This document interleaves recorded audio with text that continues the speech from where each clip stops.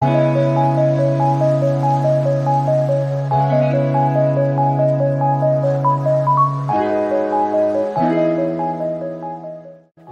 salam dan sapa. Assalamualaikum Ibu, saya Dr. Gigi Muda Nazri. Kita isi data rutinnya dulu ya Ibu. Nama Ita, usia 68 tahun, alamat di Jati, pekerjaan ibu rumah tangga. Kemudian kita menanyakan kepada pasien keluhan utama pasien datang. Pasien datang dengan keluhan sulit mengunyah saat makan dan tidak percaya diri saat berbicara. Pasien ingin dibuatkan gigi tiruan. Kemudian kita tanyakan kepada pasien apakah pasien mempunyai riwayat penyakit dalam seperti hipertensi, diabetes, dan lain-lain. Pasien mengatakan tidak. Menanyakan kepada pasien apakah pasien terdapat alergi. Kemudian menanyakan apakah pasien sudah pernah ke dokter gigi atau belum. Pasien sudah pernah ke dokter gigi, perawatan yang dilakukan yaitu pencabutan gigi. Kemudian kita lakukan pemeriksaan objektif. Pertama, persiapan operator dan pasien. Operator menggunakan handscoon dan masker, pasien menggunakan celemek. Pada pemeriksaan objektif yang pertama dilakukan adalah pemeriksaan ekstraoral. Mulai dari pemeriksaan TMJ dengan cara melakukan palpasi di depan meatus acusticus externus, kemudian menginstruksikan pasien untuk membuka dan menutup mulutnya. Apakah terdapat clicking serta deviasi. Kemudian dilakukan pemeriksaan lymph node dengan cara melakukan perabaan dari submental, submandibula, dan cervikal. Kemudian dilakukan pemeriksaan intraoral. Pemeriksaan yang dilakukan adalah pemeriksaan seluruh mukosa mulut seperti mukosa labial, mukosa bukal, dasar mulut, lidah, palatum, serta ketinggian linggir sisanya.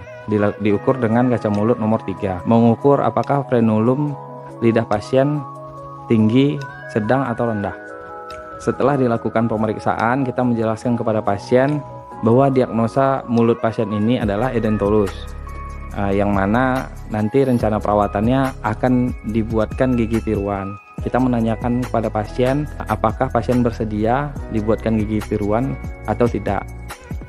Setelah pasien bersedia untuk dibuatkan gigi tiruan, kemudian kita menjelaskan informasi kepada pasien tahap-tahap pembuatan gigi tiruannya. Pada kunjungan pertama, kita lakukan pencetakan anatomis pada mulut pasien menggunakan stok tray untuk mendapatkan model studi, yang mana fungsi model studi ini untuk mendesain sendok cetak perorangan. Pada kunjungan kedua, kita lakukan pencetakan fisiologis menggunakan sendok cetak perorangan atau sendok cetak fisiologis untuk mendapatkan model kerja. Setelahnya, pada kunjungan ketiga, pasien datang untuk pencocokan atau penyesuaian basis akrilik. Pada kunjungan keempat, pasien datang untuk menentukan pemilihan warna, ukuran, serta bentuk gigi gerigi yang akan dibuatkan. Pada kunjungan kelima, pasien datang mencoba gigi tiruan sebelum dilakukan processing. Setelah gigi tiruan selesai, pasien datang untuk dilakukan insersi gigi tiruan. Setelah dilakukan insersi, kita memberikan KIE kepada pasien, yaitu cara lepas dan cara pasang gigi tiruan tersebut, yang mana cara pasangnya rahang atas dengan cara menekan menggunakan jempol pada bagian langit-langit gigi tiruannya. Kemudian untuk rahang bawah ditekan menggunakan telunjuk pada anasir gigi tiruan pada rahang bawah. Kemudian untuk cara melepasnya, yang rahang atas itu menggunakan jari telunjuk dari bagian pipi kiri dan kanan. Kemudian untuk rahang bawah menggunakan jari jempol dari bagian pipi kiri dan kanan. Untuk membersihkan gigi tiruannya, letakkan gigi tiruan di wadah yang berisi air, lalu sikat di dalam wadah yang berisi air tersebut.